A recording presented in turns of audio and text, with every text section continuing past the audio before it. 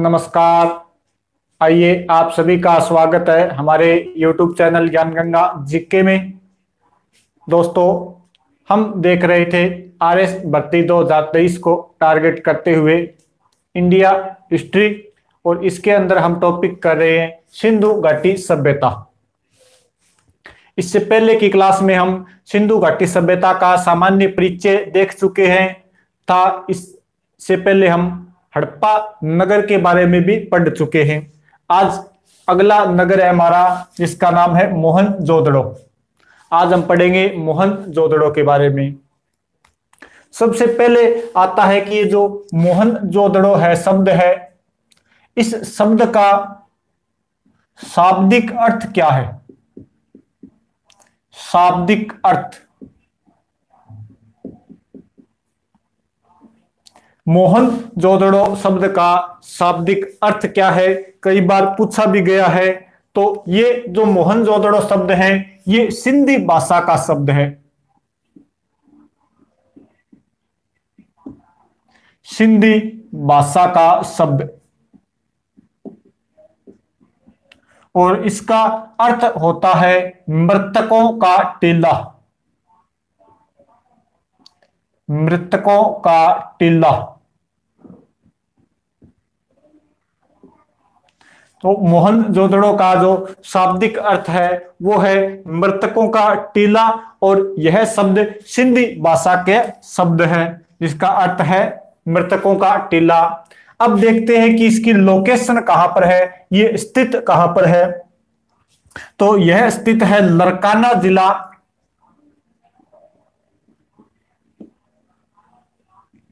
सिंध प्रांत, पाकिस्तान के अंदर। लरकाना जिला, सिंध प्रांत।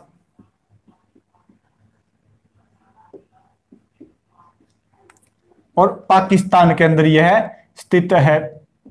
जिला लगेगा आपके लरकाना, स्थान का नाम है मोहनजोदड़ो, और जो राज्य लगता है वो है आपके सिंध, और देश कौन सा लगेगा? पाकिस्तान। यानी पाकिस्तान देश के अंदर एक जिला है लरकाना। यहां पर एक सभ्यता का स्थल मिला है जिसका नाम है आपके मोहनजोदड़ो। इस मोहनजोदड़ो की अगर खोज की बात की जाए तो ये खोज की थी 1922 के अंदर। खोज की गई थी 1922 ईस्वी के अंदर राखलदास बनर्जी द्वारा। राखलदास बनर्जी द्वारा 1922 में मोहनजोदड़ो की खोज की है राखलदास बनर्जी ने, जॉन मार्शल के नेतृत्व में।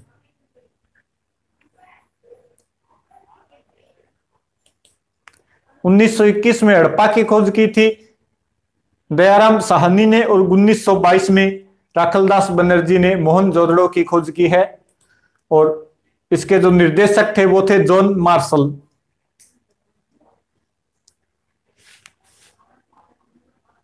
अब देखते हैं कि ये किस नदी के किनारे था। तो यह सिंधु नदी के किनारे स्थित था। सिंधु नदी के दाएं तट पर।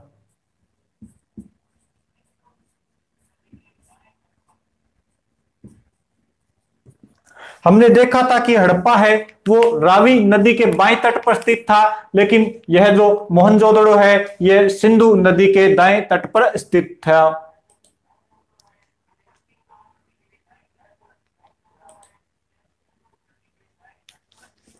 इसके बाद में देखते हैं कि इसका उपनाम क्या है। इसे कहा जाता है सिंध का नकलिस्तान। उपनाम है सिंध का नकलिस्तान।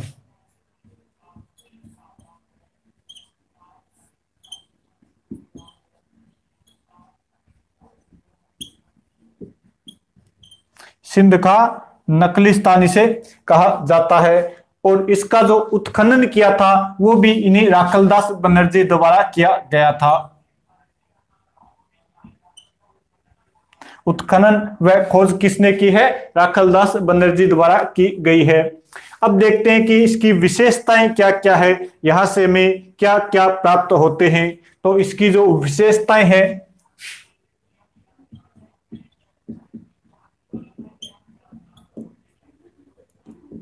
विशेषताओं में यह जो नगर है मोहनजोदड़ो, ये पूरा का पूरा नगर कच्ची ईंटों से बने चबूतरे के ऊपर बना हुआ था। किस पर बना हुआ है? नगर कच्ची ईंटों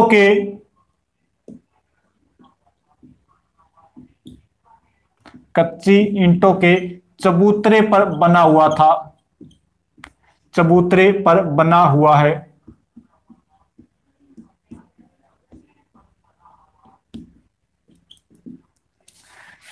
इसके अलावा यहां पर जो सड़कें मिली है वो सबसे बड़ी सड़कें मिलती है। तो यहां पर सड़कें 9.5 मीटर चौड़ी मिली है। सड़कें 15 मीटर चौड़ी है। इतनी बड़ी सड़क है तो ये कोई मुख्य सड़क होगी और इस सड़क को नाम दिया गया फिर राजपथ। इस सड़क का नाम है राजपथ, नाम दिया गया है। हो सकता है कोई ये मुख्य सड़क हो जहां से कोई राजा या मुख्य व्यक्ति की सवारी वगैरह निकाली जाती हो, तो इसे नाम दिया गया है राजपथ। एक इतिहासकार हुए हैं कैनेडिया, और कैनेडिया को यहां से प्राप्त नरकंकालों से मलेरिया के लक्षण मिले हैं।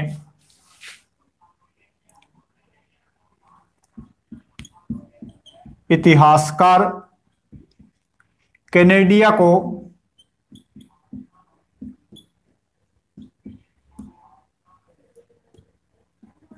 यहां से प्राप्त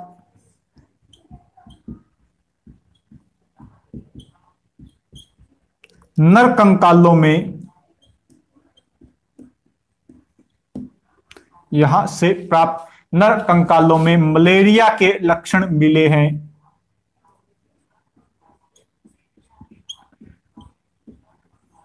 मलेरिया के लक्षण मिले हैं।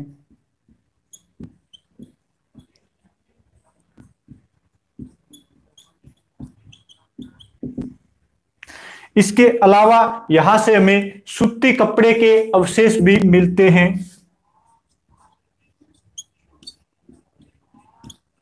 सूती कपड़े के अवशेष।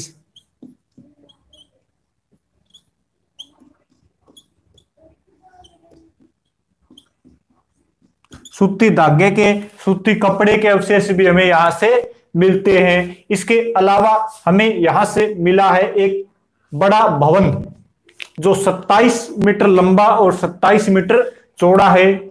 उसके भवन के अंदर 20 चबूतरे बने हुए छोटे छोटे जो ईंटों के बने हुए हैं, और अर्नेस्ट मेके के अनुसार यहां पर बाजार लगता था। यहां पर हमें मिलता है एक बड़ा भवन। पहले इसका स्क्रीनशॉट ले लीजिए, दोबारा देख लीजिए। मोहनजोदड़ो जो एक सिंधी भाषा का शब्द है और इसका अर्थ होता है मृतकों का टीला। इसकी जो खोज की थी वो की थी, है स्थित कहां पर है? लरकाना जिला, सिंध प्रांत, पाकिस्तान के अंदर, और खोज की थी 1922 के अंदर राखलदास बनर्जी द्वारा, और इन्होंने इसका उत्खनन किया था। सिंध प्रांत है, यह सिंधु नदी के दाएं तट पर स्थित है और इसका उपनाम है सिंध का नकलिस्तान। इसका उपनाम है। विशेषताएं क्या है? नगर कच्ची ईंटों का पहले चबूतरा बनाया गया, उसके ऊपर मकान बनाए गए हैं। इसके अलावा यहां से 9.15 मीटर चौड़ी सड़क मिली है जिसे राजपथ नाम दिया गया, और यहां से मिले नरकंकालों में इतिहासकार कैनेडिया को मलेरिया के लक्षण मिले हैं। यानी उनका अनुमान है कि जो इनकी मृत्यु हुई है वो मलेरिया के कारण हुई होगी। तो एक कारण यह भी माना जाता है कि जो मोहनजोदड़ो है या सिंधु घाटी सभ्यता का पतन का कारण कोई महामारी हो सकती है। इसके अलावा यहां से हमें सूती कपड़े के अवशेष भी मिलते हैं।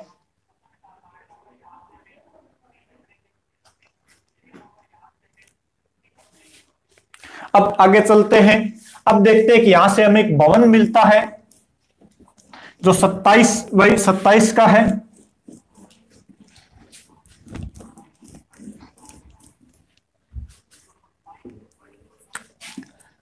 एक सभा भवन मिला है यहां से हमें।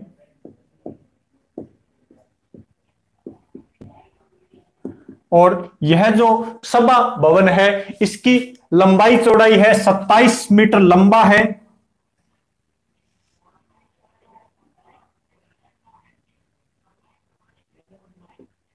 यह 27 मीटर लंबा और 27 मीटर इसकी क्या है, चौड़ाई है। और इस सभा भवन के अंदर 20 ईंटों के चबूतरे बने हुए अलग अलग।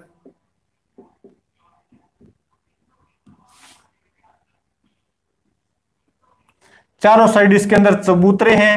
कुल चबूतरों की संख्या है 20 और ईंटों के बने हुए चबूतरे हैं।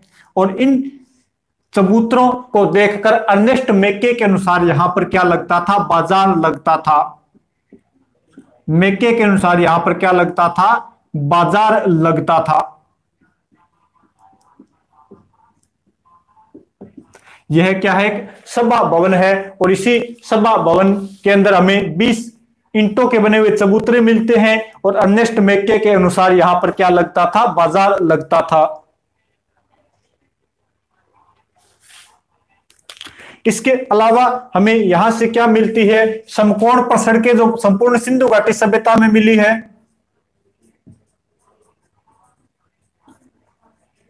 समकोण पर सड़कें। इसके अलावा हमें यहां से मिलते हैं घरों के दरवाजे मुख्य सड़क पर न खुलकर।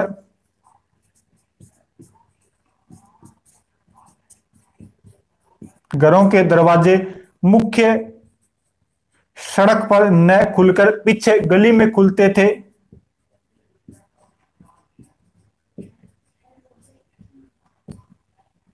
न खुलकर पीछे गली में खुलते थे।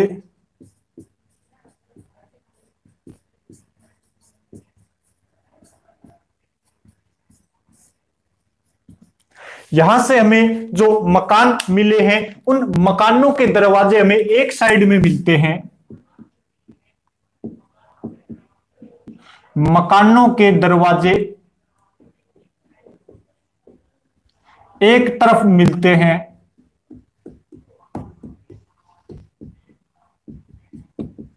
जैसे ये कोई मकान हो गया। अपने वर्तमान में क्या करते हैं, ज्यादातर जो दरवाजे हैं वो अपने बीच के अंदर रखते हैं, लेकिन ये जो सिंधु घाटी सभ्यता के लोग थे ये दरवाजा हमेशा ही एक साइड में रखते थे। और इस दरवाजे के आगे यहां पर एंट्री लिखने वाला कक्ष होता था, द्वार कक्ष बना होता था। फिर इसके आगे हमें भवन मिलते हैं, यानी यहां से जब कोई भी आता जाता गली के अंदर कोई भी घर के अंदर झांक नहीं सकता था। और यहीं पर घर के बाहर ही यहीं से एक जगह काटकर यहां पर एक कुआं बनाया गया था पानी पीने के लिए, ताकि कोई भी आता जाता हो तो वो पानी यहां से पी ले, या जिसको पानी की आवश्यकता हो वो पानी ले सकता है, लेकिन घर के अंदर कोई भी इसका हस्तक्षेप नहीं होगा। इसके अलावा हमें मोहनजोदड़ो से एक तो घरों के दरवाजे एक तरफ मिले हैं, दूसरा घरों के अंदर रोशनदान रखे जाते थे। मकानों में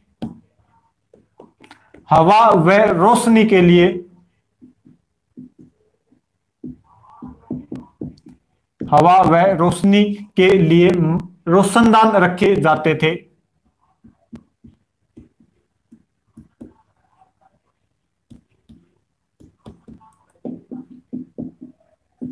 ये रोशनदान होते थे, ये पत्थर की जालियां होती थी, पत्थर या लकड़ी की जालियां। पत्थर या लकड़ी की जालियां। लकड़ी की जालियां होती थी जिनके रोशनदान बनाए जाते थे। इसके अलावा हमें घरों में सीढ़ियां मिलती है।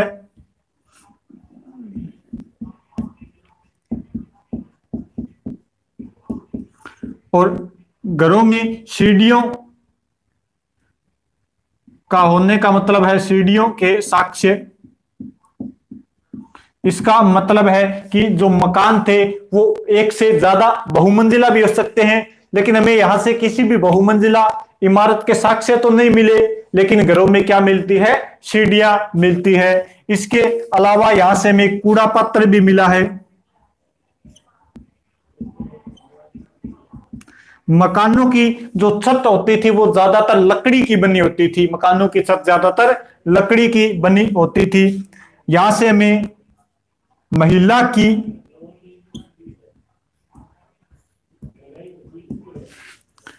की नृत्यरत कांस्य की मूर्ति मिलती है, कांस्य की मूर्ति भी मिलती है।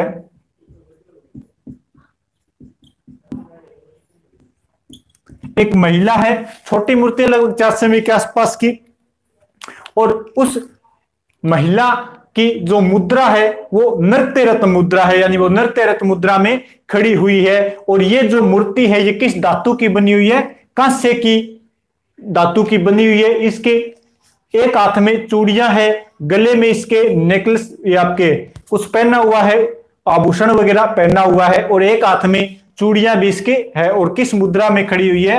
ये नृत्य रथ मुद्रा में खड़ी हुई है। इसके अलावा हमें यहां से योगी की मूर्ति मिलती है,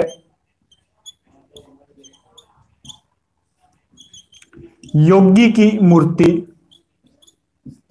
इसके एक योगी की मूर्ति है जो योग मुद्रा में बैठे हुए हैं, और यह जो योग मुद्रा में बैठे हुए योगी की मूर्ति है, इसके हाथ में भी कलाई से लेकर कोहनियों तक चूड़ियां पहनी गई है। और इसके पीछे कई जानवरों के चित्र मिलते हैं जो अपने आगे सेपरेट तरीके से उसके बारे में भी देखें कौन कौन से जानवर मिलते हैं। इसके अलावा हमें यहां से मंगोलियन पुजारी की मूर्ति मिलती है,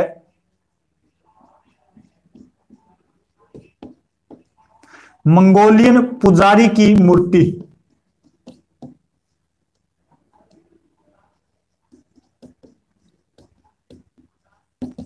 मंगोलियन पुजारी है जिसने शॉल ओढ़ा हुआ है, और जो शॉल उसने ओढ़ा हुआ है उसके ऊपर बहुत अच्छी कसीदाकारी की गई है, बहुत अच्छी नक्काशी की गई है, और उसके जो बाल वगैरह है वो भी अच्छे तरीके से बनाए गए हैं। तो वो जो मूर्ति मिलती है वो हमें मंगोलियन पुजारी की मूर्ति मिलती है।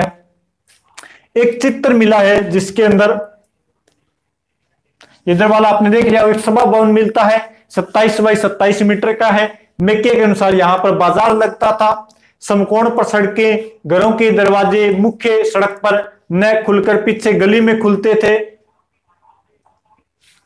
और इसके अलावा मकानों के दरवाजे एक तरफ मिलते हैं।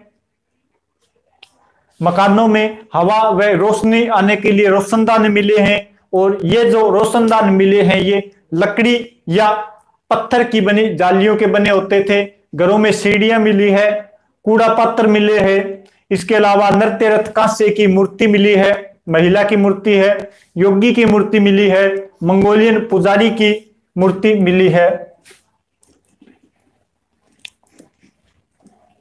इसके अलावा यहां से एक चित्र मिलता है जिसके अंदर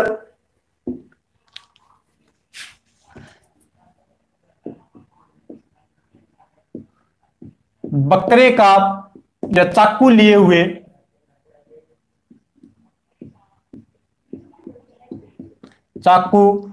हुए बकरे का पीछा करता एक आदमी दर्शाया गया है। बकरे का पीछा करता हुआ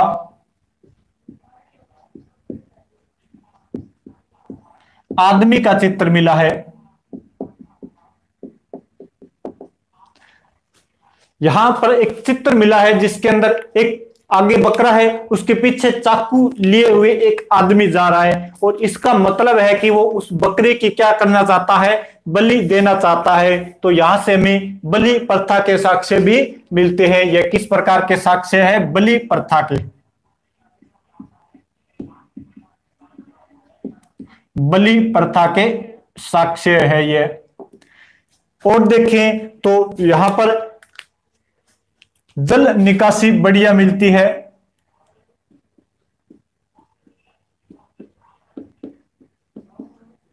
जल निकासी की उचित व्यवस्था,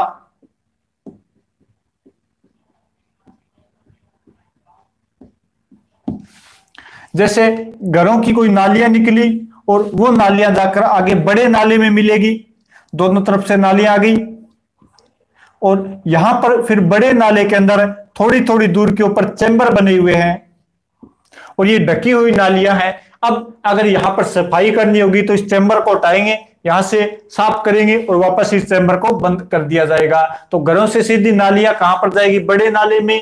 और बड़े नाले में क्या बने होते थे? जगह जगह चैम्बर बने होते थे जो सफाई के लिए काम आते थे। कुब्बड़ वाले बैल का चित्र मिला है।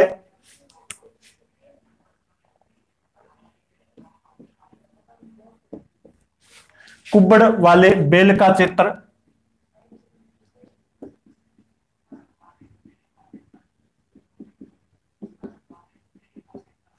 यहां से हमें हाथी का कपालखंड,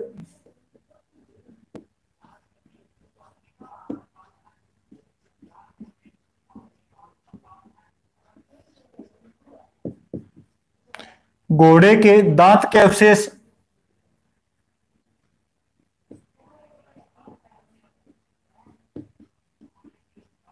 घोड़े के दांत के अवशेष,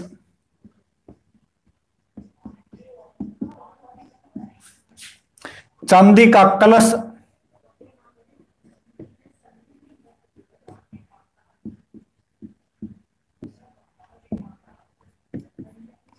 मेसोपोटामिया की मोहरें,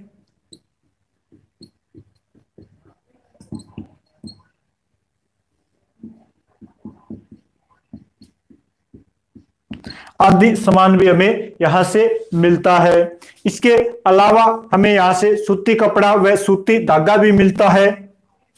तांबा गलाने की भट्ठियां मिलती है।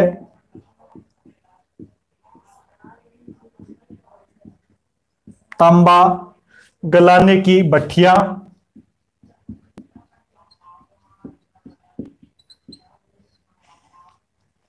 आदि चीजें हमें यहां से प्राप्त होती है। एक बहुत बड़ा भवन मिला है और उस भवन का अनुमान लगाया जाता है कि वो क्या था? महाविद्यालय। तो हम लिख सकते हैं कि यहां पर हमें महाविद्यालय भवन भी मिला है। महाविद्यालय भवन, महाविद्यालय भवन के साक्ष्य भी हमें यहीं से मिलते हैं। तो और चीजें देखिए कि यहां से हमें क्या क्या मिलते हैं। तो सबसे पहले देखो, चाकू लिए हुए एक बकरे का पीछा करता हुआ आदमी का चित्र है। इससे हमें पता चलता है कि यहां पर बलि प्रथा प्रचलित थी। जल निकासी की उचित व्यवस्था है। बड़ी बड़ी पक्की और ढकी नाली बनी हुई है। कुब्बड़ वाले बैल के चित्र मिले हैं। घोड़े के दांत के अवशेष मिले हैं।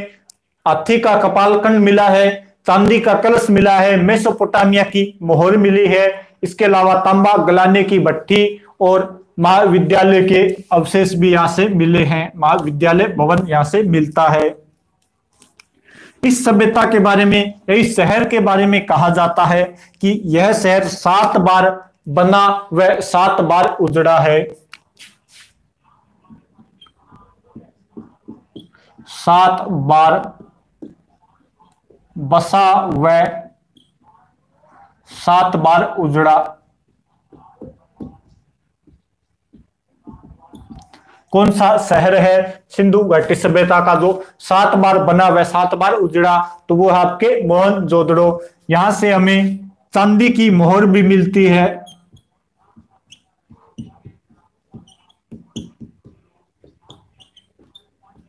चांदी की मोहर। अब इतिहासकार, यानी ये जो मोहनजोदड़ो है ये बिल्कुल हड़प्पा के जैसा ही शहर है और इन दोनों के मध्य की जो दूरी है वो है 482 किलोमीटर। हड़प्पा व मोहनजोदड़ो के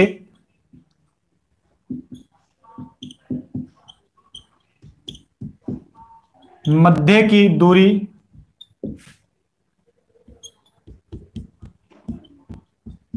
482 किलोमीटर।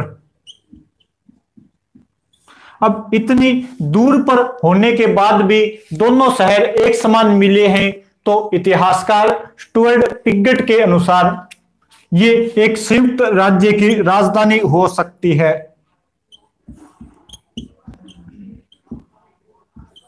इतिहासकार पिंगट के अनुसार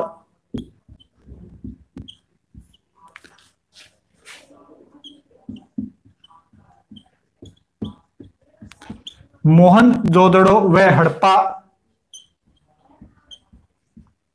हड़प्पा व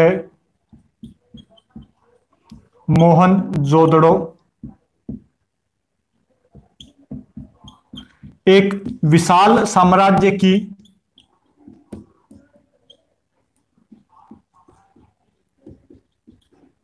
दो जुड़वा राजधानी थी। दो जुड़वा राजधानी थी।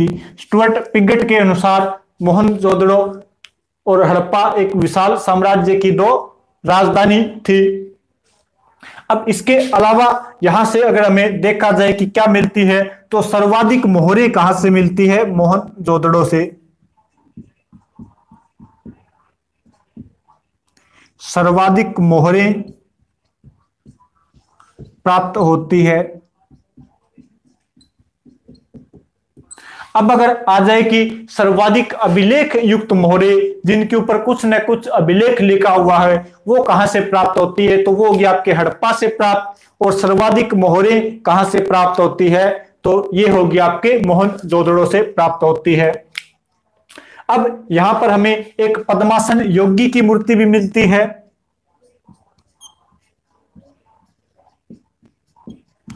पद्मासन योगी की मूर्ति,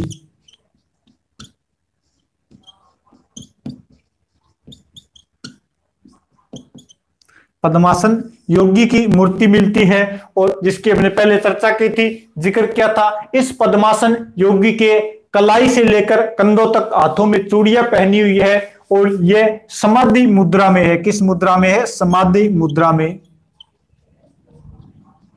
समाधि मुद्रा में बैठा हुआ है।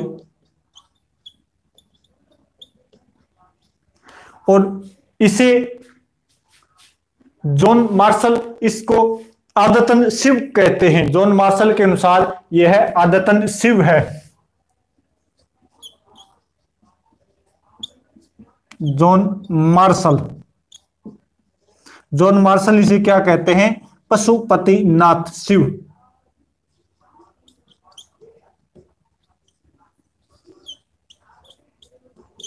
जॉन मार्शल ने इसे पशुपतिनाथ शिव कहा है। और ये जो हमें एक चित्र मिलता है इनका, पद्मासन योगी की मूर्ति टाइप का एक चित्र है, और इस चित्र के अंदर या मूर्ति के अंदर हमें 9 प्रकार के जानवर दिखाए गए हैं। आगे योगी बैठा है, उसके पीछे जानवरों के चित्र बने हुए हैं, और उसमें 9 प्रकार के चित्र, 9 प्रकार के जानवर है।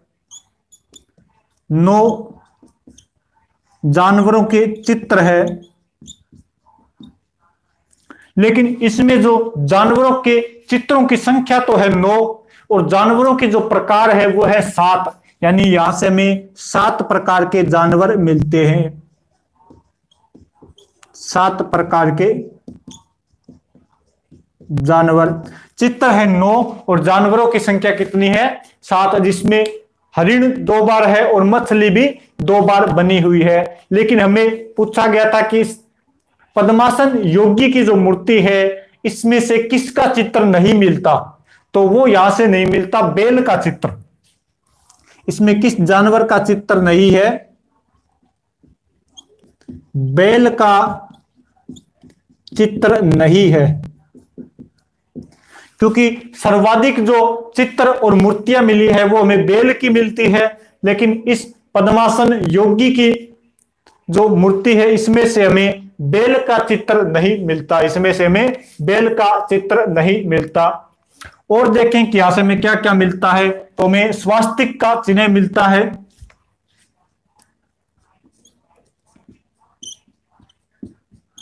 स्वास्तिक का चिन्ह वो भी हमें यहीं से मिलता है। घरों में सीढ़ियां मिलती है, और यहां से हमें एक बहुत बड़ा स्नानागार मिलता है, जिसकी चर्चा अपने अब करते हैं। तो ये कुछ चीजें हो गई। 7 बार बना व 7 बार उजड़ा है यह शहर। चांदी की मोहरे हड़प्पा व मोहनजोदड़ो को इतिहासकार स्टुअर्ट पिगट ने विशाल साम्राज्य की जुड़वा राजधानी कहा है और यहां से हमें सर्वाधिक मोहरें प्राप्त होती है। यहां से हमें पशुपतिनाथ की या पद्मासन योगी की मूर्ति मिलती है जिसे जॉन मार्शल ने आदतन शिव या पशुपतिनाथ कहा है और इसके अंदर हमें 7 प्रकार के जानवरों के चित्र है जिसमें से 2 हिरण और 2 मछली है, तो कुल चित्रों की संख्या हो गई आपके 9 और इन चित्रों में बैल का चित्र नहीं मिलता। और देखें तो यहां से जो सबसे प्रमुख चीज मिली है वो है यहाँ के स्नानागार, विशाल स्नानागार।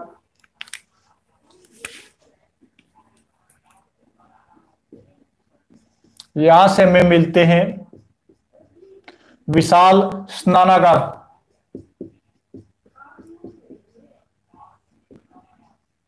और ये जो स्नानागार है ये इतने विशाल है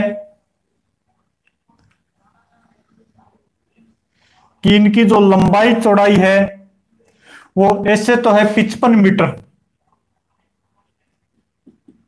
और इस प्रकार है 33 मीटर। ये एक बहुत बड़ा विशाल स्नानागार है, स्विमिंग पूल है और इसके अंदर हमें ये जो उत्तर दिशा है यहां पर हमें सीढ़ियां मिलती है।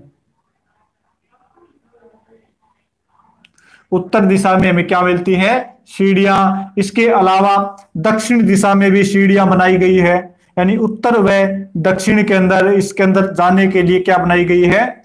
सीढ़ियां बनाई गई है। और इसकी जो लंबाई चौड़ाई है वो है 33 मीटर और 55 मीटर। इसमें से जो जहां पर पानी भरा जाता था, जो टब बोल सकते हैं, उसकी जो लंबाई चौड़ाई और गहराई हमें मिलती है वो मिलती है 35 गुणा 23 गुणा 8 फीट।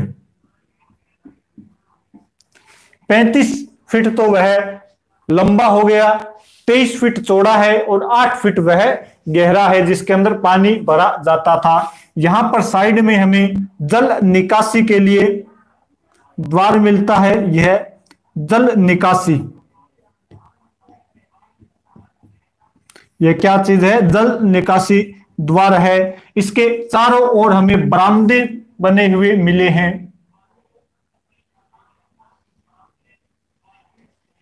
इसके चारों ओर क्या है? बरामदे बने हुए हैं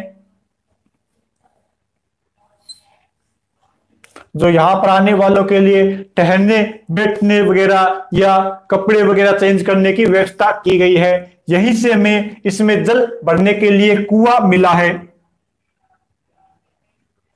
यहां से हमें जल भरने के लिए क्या मिलता है? कुआं भी यहीं से मिलता है। और इसी जो स्नानागार है इसके उत्तर पूर्व के अंदर हमें पुरोहित कक्ष मिलते हैं।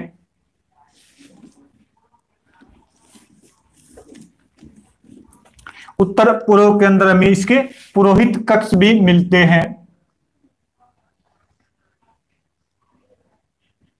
यहां पर हमें पुरोहित कक्ष मिलते हैं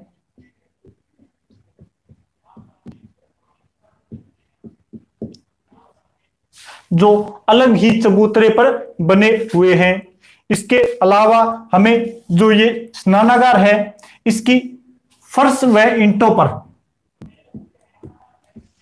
फर्श व दीवारों पर, दीवारों की जड़ाई जिप्सम से की गई है। जिप्सम से की गई है। और जो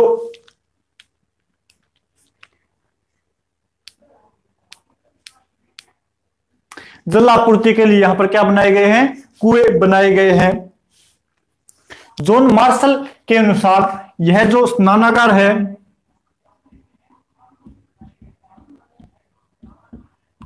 जॉन मार्शल, यह जो स्नानागार है यह जॉन मार्शल के अनुसार आश्चर्यजनक इमारत है।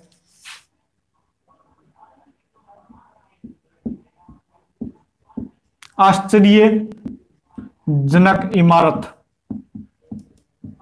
जॉन मार्शल के अनुसार यह क्या है? विश्व का आश्चर्यजनक निर्माण या विश्व की आश्चर्यजनक इमारत है और इतिहासकार वे हैं डीडी कौशाम्बी।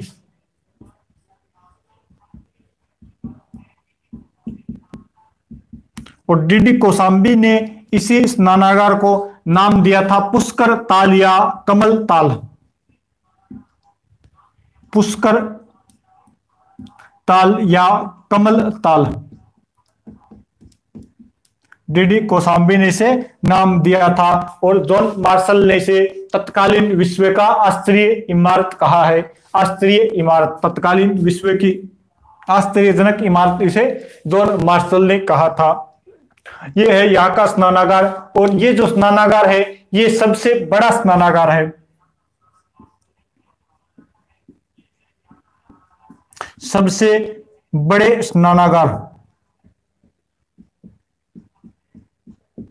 पूरी सिंधु घाटी सभ्यता के अंदर जो सबसे बड़े स्नानागार मिले हैं वो हमें कहां से मिलते हैं? मोहनजोदड़ो से प्राप्त होते हैं।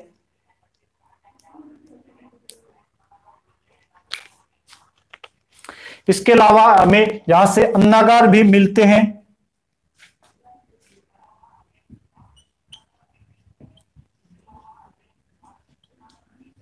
अन्नागार भी प्राप्त होते हैं और अन्नागार है ये भी यहाँ पर बड़ी इमारत के रूप में स्थित है। यानी पहले आपके स्नानागार बड़े हो गए, इसके बाद में जो दूसरा स्थान है वो किसका है, किस इमारत का है, वो आपके अन्नागार का है। यहाँ पर दूसरे नंबर पर मिलते हैं बड़े स्थलों के अंदर अन्नागार।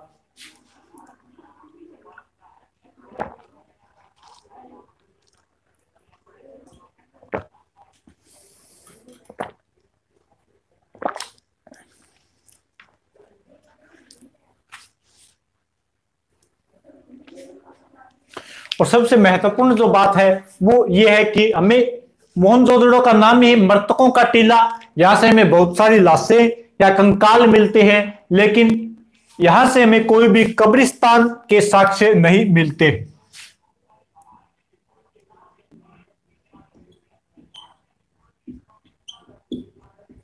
कब्रिस्तान के साक्ष्य नहीं मिलते।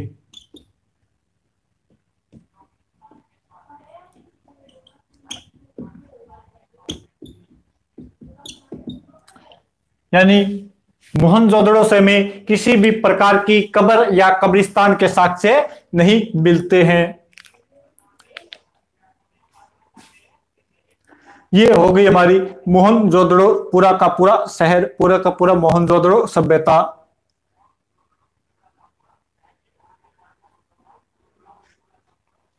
अब कुछ इतिहासकार मानते हैं कि जो मोहनजोदड़ो है और या अपने बोल सकते हैं सिंधु घाटी सभ्यता और पूरा का पूरा जो मेसोपोटामिया की सभ्यता है वो दोनों सभ्यता एक ही थी।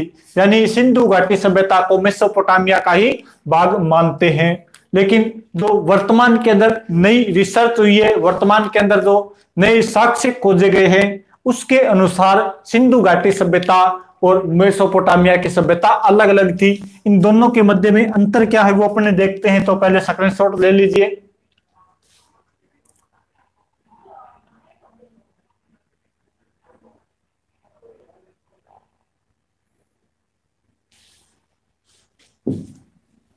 मेसोपोटामिया व सिंधु घाटी सभ्यता में अंतर।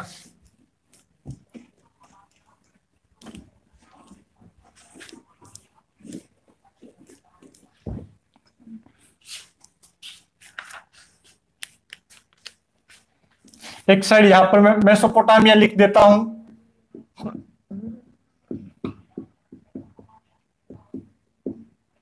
और दूसरी साइड है आपके सिंधु घाटी सभ्यता।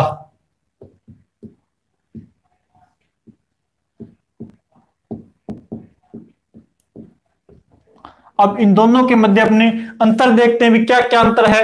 क्या अंतर है मेसोपोटामिया में और क्या अंतर है सिंधु घाटी सभ्यता के अंदर।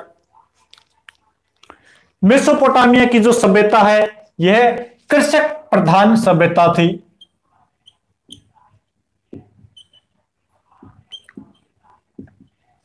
कृषक प्रधान सभ्यता यानी मेसोपोटामिया के अंदर कृषि प्रधान सभ्यता थी। यहां पर कृषि अधिक की जाती थी, कृषि के ऊपर इनकी अर्थव्यवस्था चलती थी। लेकिन जो सिंधु घाटी सभ्यता है यह व्यापारिक सभ्यता थी। यह व्यापारिक सभ्यता थी। इसकी जो अर्थव्यवस्था थी वो व्यापार पर निर्भर करती थी।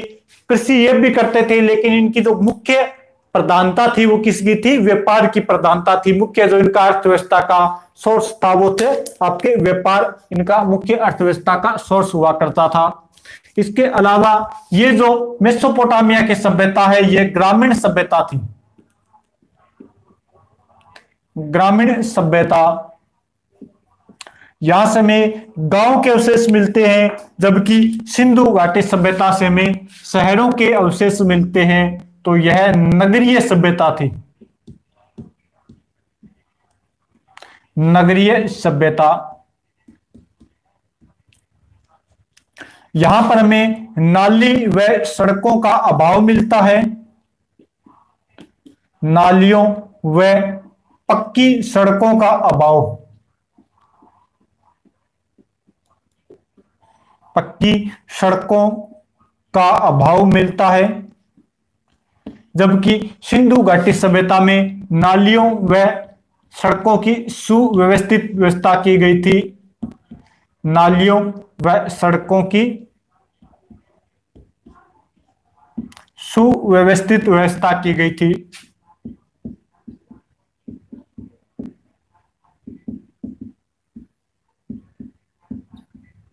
अच्छे तरीके से यहां पर पक्की नालियां व पक्की सड़कें बनाई गई थी। और सिंधु घाटी सभ्यता की सबसे महत्वपूर्ण बात यह है कि यहाँ की जो जल निकासी ड्रेनेज सिस्टम और प्रमुख रूप से समकोण पर काटी जाने वाली सड़कें सिंधु घाटी सभ्यता की प्रमुख विशेषता है। यह पुरोहित प्रधान थी।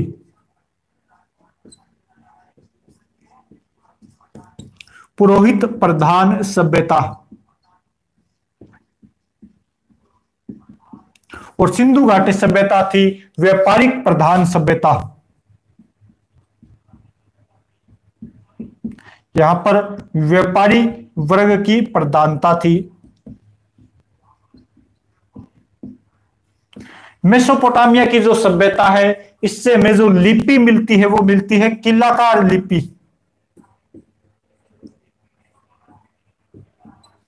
किलाकार लिपि, और इस लिपि के हमें लगभग 900 अक्षर मिलते हैं,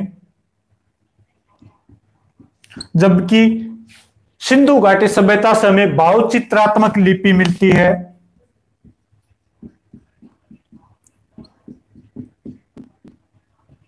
भावचित्रात्मक लिपि, और इसके हमें लगभग 400 के आसपास या 350 से 400 के आसपास अक्षर मिलते हैं। मेसोपोटामिया से हमें जो मोहर मिलती है वो मिलती है बेलनाकार मोहरें।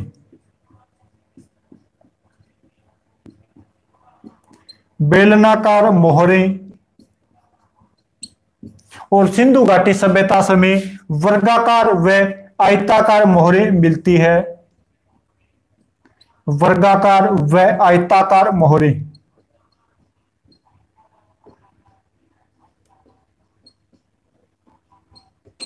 इन दोनों के अंदर इतनी तो असमानताएं हैं, और अगर समानता पूछ ली जाए तो वो है अन्नागार की। दोनों के अंदर समानताएं क्या थी? अन्नागार की समानताएं थी। समानता थे कि दोनों के अंदर हमें क्या मिलते हैं? अन्नागार। अन्नागार की तो क्या मिलती है? समानता। बाकी मेसोपोटामिया की जो सभ्यता थी वो कैसी सभ्यता थी? कृषि प्रधान, जबकि आपके सिंधु घाटी सभ्यता व्यापारिक सभ्यता थी। मेसोपोटामिया की सभ्यता ग्रामीण थी, सिंधु घाटी सभ्यता नगरीय सभ्यता थी। मेसोपोटामी के अंदर नालियों व सड़कों का अभाव मिलता है, सिंधु घाटी के अंदर अच्छा ड्रेनेज सिस्टम और समकोण पर काटी जाने वाली पक्की सड़कें मिलती है। यहां पर पुरोहित वर्ग की प्रधानता थी, जबकि वहां पर व्यापारिक वर्ग की प्रधानता थी। यहां पर जो हमें लिपि मिलती है वो मिलती है किलाकार लिपि, जिसके 900 अक्षर मिलते हैं, यानी तिखी लिपि मिलती है, ऐसे अक्षर मिलते हैं उसके। कील जैसे तीखे तीखे अक्षर मिलते हैं। और यहां से हमें भाव चित्रात्मक गुस्टोफेदम गोमूत्राकार वो लिपि यहां से हमें प्राप्त होती है, जिसके लगभग 350 से 400 के आसपास आपके अक्षर मिलते हैं। मेसोपोटामिया के में बेलनाकार मोहरी मिलती है। बेलनाकार मोहरी यहां पर भी थी, लेकिन उतना प्रचलन नहीं था। यहां पर हमें सिंधु घाटी सभ्यता में वर्गाकार व आयताकार मोहरों का प्रचलन अधिक मिलता है। दोनों के अंदर अगर समानता पूछी जाए तो वो आपके अन्नागार की दोनों के अंदर क्या मिलती है, समानताएं मिलती है। तो ये होगी अपने मेसोपोटामिया और सिंधु घाटी सभ्यता के मध्य स्थित असमानताएं और समानताएं। इसके बाद में एक स्थल और है जो अपने भारत के अंदर नहीं है, वर्तमान में बलूचिस्तान पाकिस्तान के अंदर है, उसकी चर्चा और करते हैं, वो है चनहूदड़ो। अगला जो सभ्यता स्थल है वो है चनहूदड़ो।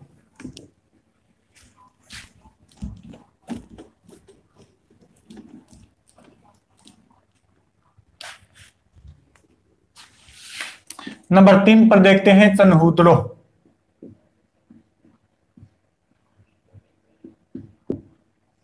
और चनहूदड़ो जो स्थित है, ये इसकी भी खोज की अगर बात की जाए, सबसे पहले देखते हैं खोज। और इसकी खोज की थी N.G. मजूमदार।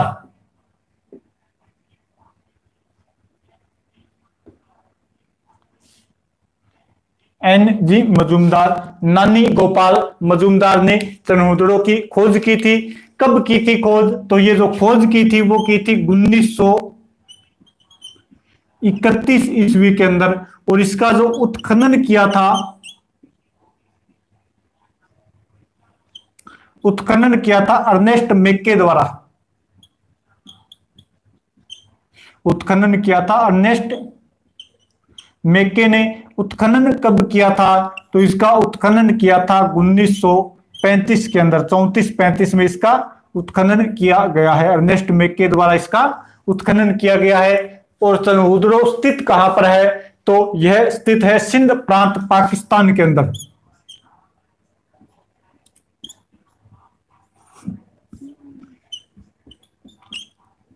सिंध प्रांत पाकिस्तान के अंदर स्थित है। अगर पूछ ली जाए कि चनहूदड़ो किस नदी के किनारे स्थित था, तो यह भी आपके सिंधु नदी के किनारे स्थित था। यहां से मिलता क्या है? तो यह एक औद्योगिक नगर था। यह एक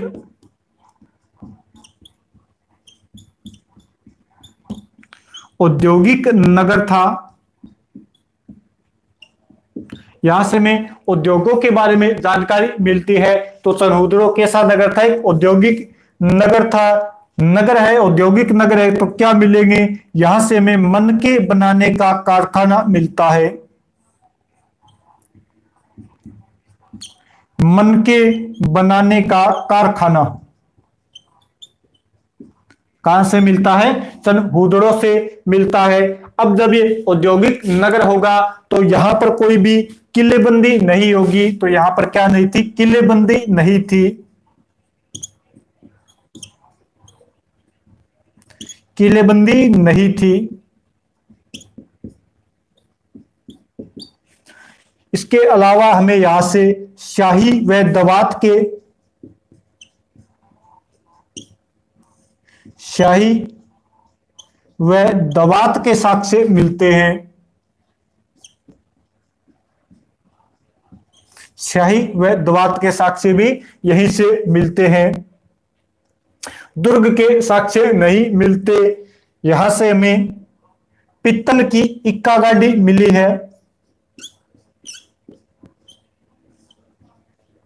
पित्तल की इक्का गाड़ी वो भी हमें चनहूदड़ो से मिलती है। और यह जो सभ्यता है यह ग्रामीण व नगरीय सभ्यता का, यहां पर क्या मिलती है? ग्रामीण व नगरीय सभ्यता एक साथ मिलती है। यहाँ पर हमें ग्रामीण व नगरीय सभ्यता एक साथ मिलती है। इसके अलावा चनहूदड़ों से अगर देखा जाए कि क्या मिलता है, तब यहां से हमें सौंदर्य प्रसाधन की कुछ चीजें मिलती है।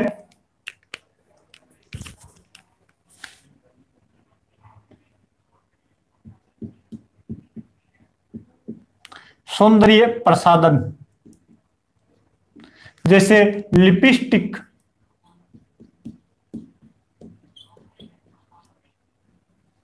पाउडर, काजल आदि यहां से हमें सौंदर्य प्रसाधन के साक्ष्य भी प्राप्त होते हैं। लिपस्टिक है, सौंदर्य बॉक्स भी मिलता है, श्रृंगार पेटी जिसे क्या बोला जाता है, श्रृंगार पेटी बोला जाता है। यहां से हमें श्रृंगार पेटी भी प्राप्त होती है।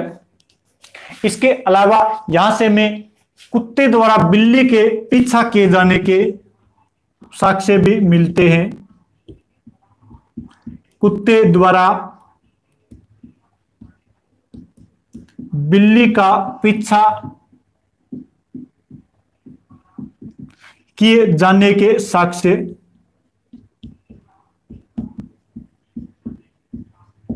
वो भी हमें कहां से प्राप्त होते हैं, आपके चनहूदड़ों से प्राप्त होते हैं। यहां से हमें एक मोहर मिलती है और इस मोहर के ऊपर 3 घड़ियालों के चित्र है।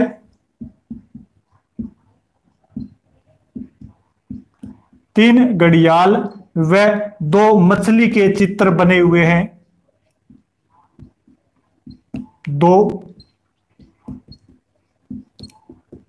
मछली के चित्र बने हैं। ये है आपके चनहूदड़ों, और चनहूदड़ों से हमें क्या क्या प्राप्त होता है। इसके अलावा में यहां से हाथी का खिलौना भी मिलता है। हाथी यानी खिलौने वाला हाथी है।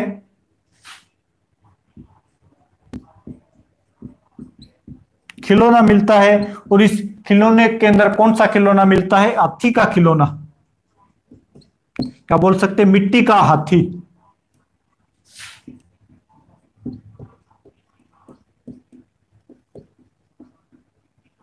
मिट्टी का हाथी भी हमें खिलौने के रूप में मिलता है। छोटा मिट्टी का हाथी मिलता है हमें खिलौने के रूप में। तो यह हो गया आपके चनहूदड़ों, जहां से हमें खोज की थी एन.जी. मजूमदार ने 1931 में।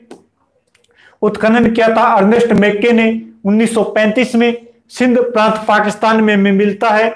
औद्योगिक नगर था, मनके बनाने के कारखाने मिलते हैं। किलेबंदी या दुर्ग के अवशेष यहां से हमें नहीं मिलते। शाही व द्वात के साक्ष्य मिलते हैं। इसके अलावा पित्तल की इक्का गाड़ी, ग्रामीण व नगरीय सभ्यता का एक साथ मेल मिलता है। यह से हमें सौंदर्य प्रसाधन जैसे लिपस्टिक, पाउडर, काजल वगैरह के चित्र भी मिलती अवशेष मिलते हैं, साक्ष्य मिलते हैं। श्रृंगार पेटी मिलती है। कुत्ते द्वारा बिल्ली का पीछा किए जाने के साक्ष्य मिलते हैं। पद चिन्ह मिलते हैं, पहले बिल्ली के बाद में कुत्ते के हैं। एक मोहर मिलती है जिसके ऊपर में 3 घड़ियाल व 2 मछली के चित्र मिलते हैं, और एक मिट्टी का बना हुआ खिलौना मिलता है। और वो खिलौना किस जानवर का है, हाथी का है। मिट्टी का बना हुआ में हाथी मिलता है, जो कि एक खिलौना है। ये हो गया हमारे चनहूदड़ों सभ्यता। इसके अलावा एक और देखते हैं, जो आपके सूतकांगे डोर। स्क्रीनशॉट ले लीजिए।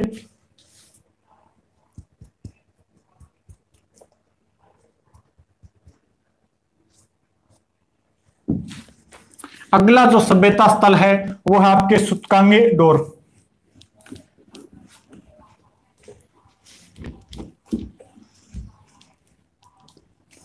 अगला सभ्यता स्थल है नंबर 4 पर।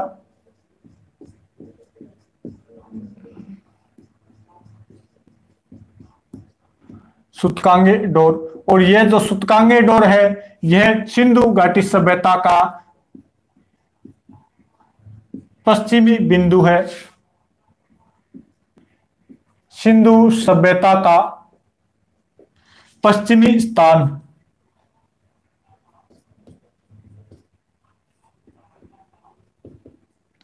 पूरी जो सिंधु सभ्यता है इसका पश्चिमी स्थान मिलता है हमें सूतकांगे डोर। स्थित कहां पर है? तो यह स्थित है बलूचिस्तान के अंदर।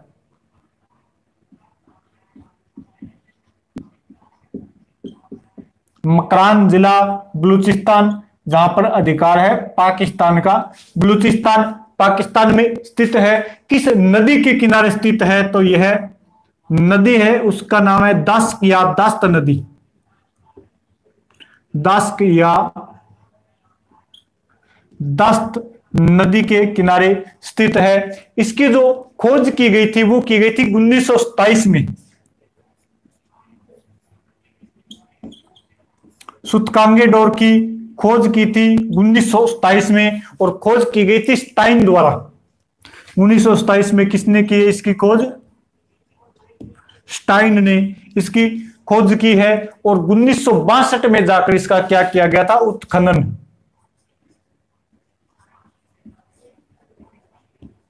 उत्खनन किया गया था 1962 में जॉर्ज डेल्स द्वारा।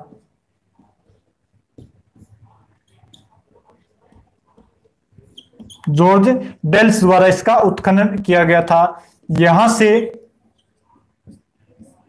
यहां पर दुर्ग एक ही चट्टान पर बना हुआ है। दुर्ग एक ही चट्टान पर बना हुआ है। यहां पर जो दुर्ग मिलता है वो पूरी की पूरी एक चट्टान पर बना हुआ है। पूरी की पूरी एक चट्टान पर स्थित दुर्ग मिलता है। इसके अलावा हमें यहां से क्या मिलता है? तो यहां से हमें तांबे की ब्लेड व तांबे के टुकड़े मिलते हैं।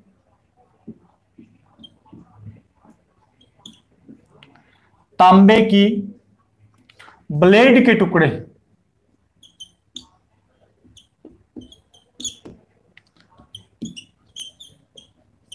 तांबे की जो तांबे धातु की बनी हुई ब्लेड के टुकड़े मिलते हैं। मिट्टी का या मिट्टी की चूड़ियां मिलती है हमें। यहां से क्या मिलती है? मिट्टी की चूड़ियां।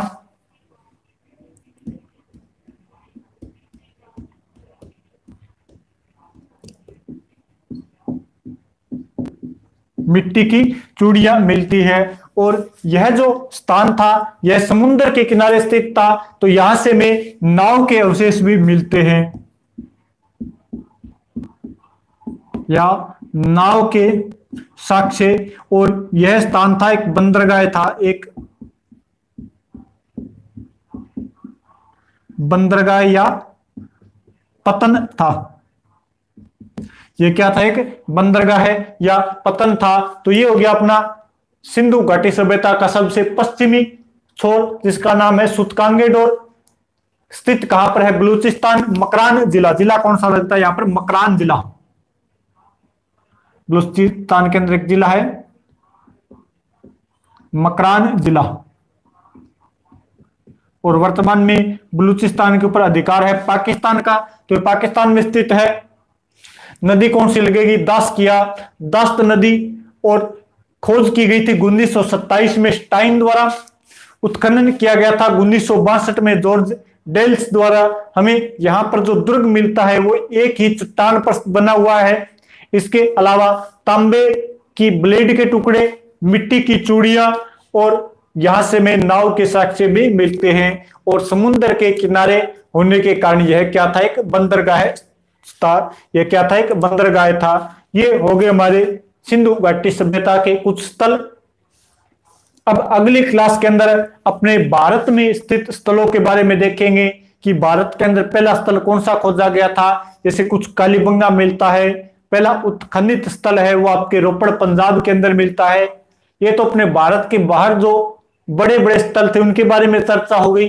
कल अपने देखेंगे भारत में स्थित सिंधु घाटी सभ्यता के स्थानों के बारे में। तो तब तक आपसे इजाजत लेते हैं। आप सभी से रिक्वेस्ट है कृपया चैनल को शेयर कर दीजिए, कमेंट कर दीजिए और चैनल को सब्सक्राइब कर दीजिए। चलिए मिलते हैं अगली क्लास के अंदर। ये अपना अगली क्लास के अंदर चलिए मिलते हैं। इतने जय हिंद जय भारत।